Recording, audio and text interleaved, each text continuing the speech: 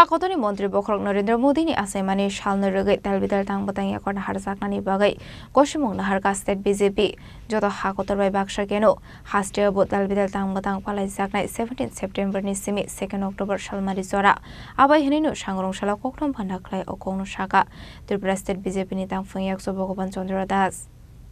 बिशुब्रुमनो हाकतनि मन्त्री बख्रकनि आसायमानि सालनो रोगै हाकतनि लगिया हास्टेबो यासाकजागो दालबिदाल तांबतां ताख्लायबो करे आबुनि फेरलायमुं बीजेपी ऑल इंडिया प्रेसिडेंटनि दागि मुंबाय पालायजाकनाय सार्विस साइट सांग्रंशाला त्रिपुरा स्टेट बीजेपीनि लुआजि जाकमांबाय काइसा कक्टम पान्दा ख्लायै दालबिदालनि कक्टम सायखाना रखा बीजेपी तांफुं याकसो भगवान चन्द्र दास आसामनि पान्डाव मानसिका स्टेट बीजेपीनि आसौफां Rajiv Bhattacharya media in charge Sunit Sarkar BJP तांफुं याकसो भगवान चन्द्र दास आबनि आक्लोनो आसलो कक सानानि थाङै बीजेपी तांफुं याकसो शाखा काइसनि तांबतां यागन हारजाखा हनै बिशुब्रुमनो लोकरंनि बागै सामं ख्लायनाय हनै दालबिदाल तांबतां यागन हारजागो आतांबतांगो तंनाय ट्रांसपेरेंसी कैंपेन बुफांबसा कायमानि थुइरमानि पान्डा health camp disable people day गुबुन लोकरंनो रसांनाय बरम the expansion of vocal for local हाकतनि मन्त्री बख्रकनि बायोग्राफिनि बिजाब न खबै ते गुबुन तांबतां यागन हारजाखा हनै अनेक अनेक शुभेच्छा एवं स्वागतम জানাচ্ছি এই সাংবাদিক সম্মেলনে আমাদের মধ্যে উপস্থিত রয়েছেন ভারতীয় জনতা পার্টি ত্রিপুরা প্রদেশ কমিটির মাননীয় সভাপতি তথা রাজ্যসভার সদস্য শ্রদ্ধেয় রাজীব ভট্টাচার্য মহোদয় এবং আমাদের মিডিয়া ইনচার্জ সুনীত সরকার মহাশয় আমরা আজকে প্রথমত যে বিষয়টি আপনাদের সামনে তুলে ধরার জন্য আপনাদেরকে আহ্বান জানিয়েছি নিশ্চয়ই আপনারা জানেন ভারতবর্ষের যশস্বী প্রধানমন্ত্রী তথা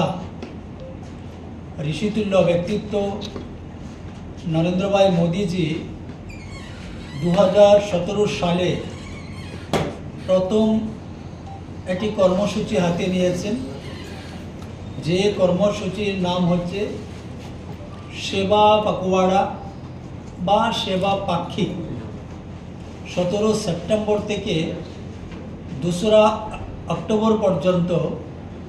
এই পক্ষকাল ব্যাপী আমাদের বিভিন্ন ধরনের সেবামূলক কর্মসূচি সেখানে রয়েছে এই সেবামূলক কর্মসূচির মধ্যে বিশেষ করে 17 তারিখে 17 সেপ্টেম্বর আমরা জানি বিশ্বকর্মা পূজা সেই দিনে রক্তদান শিবির স্বেচ্ছায় এবং নিঃশুল্ক স্বাস্থ্য শিবিরের ব্যবস্থা প্রত্যেকটি জেলায় সংগঠিত হবে পরবর্তী সময় এই কর্মসূচিকে মণ্ডল স্তর পর্যন্ত নিয়ে যাওয়া হবে এই ধরনের 17টি কর্মসূচি আমাদের রয়েছে যেগুলা প্রত্যেকটাই সেবামূলক কর্মসূচি তো 17 সেপ্টেম্বর মাননীয় প্রধানমন্ত্রীর জন্মদিন এবং ক্রমান্বয়ে এই সময়ের মধ্যে আমরা জানি জাতির জনক মহাত্মা গান্ধী 2 অক্টোবর জন্মদিন রয়েছে এই সময়কালে কর্মসূচিগুলো আমরা হাতে নিয়েছি দিব্যাঙ্গজন আমরা জানি সমাজের একটা বড় অংশ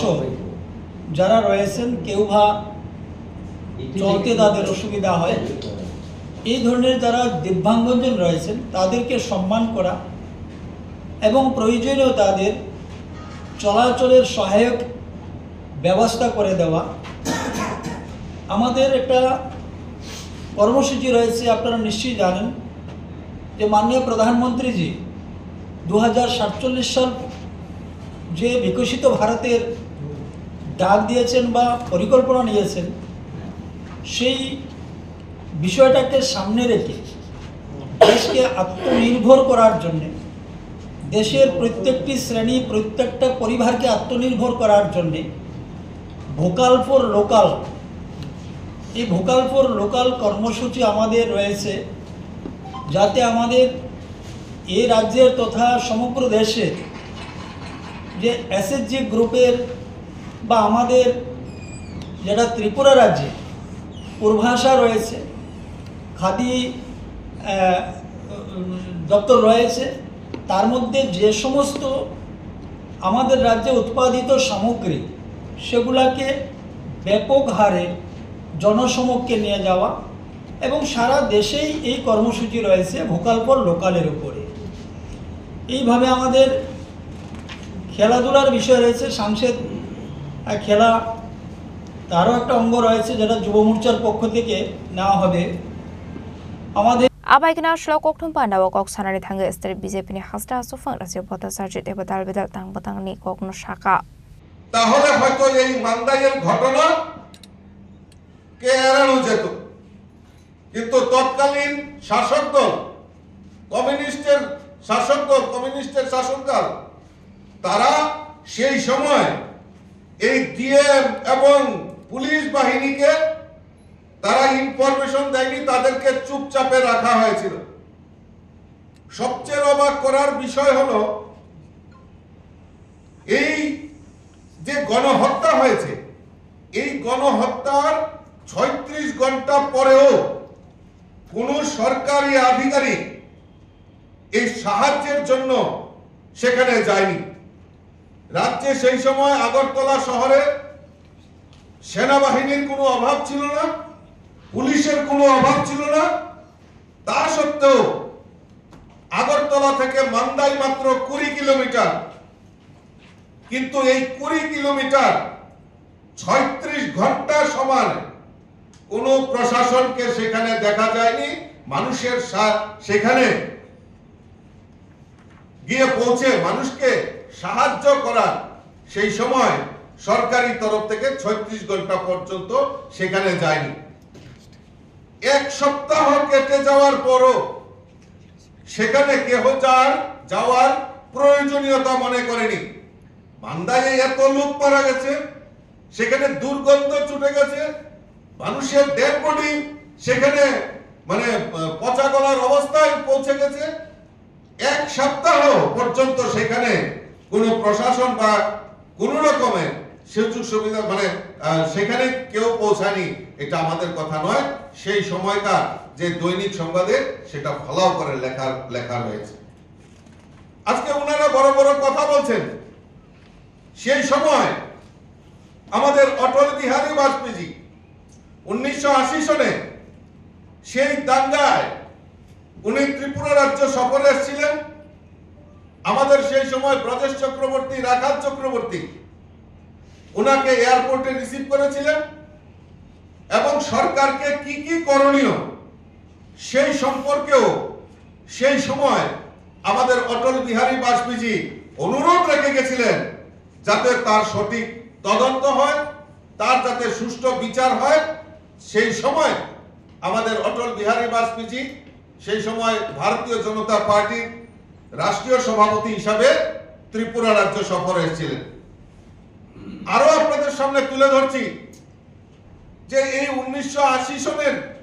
দাঙ্গায় শাসক দল সেই সময়কার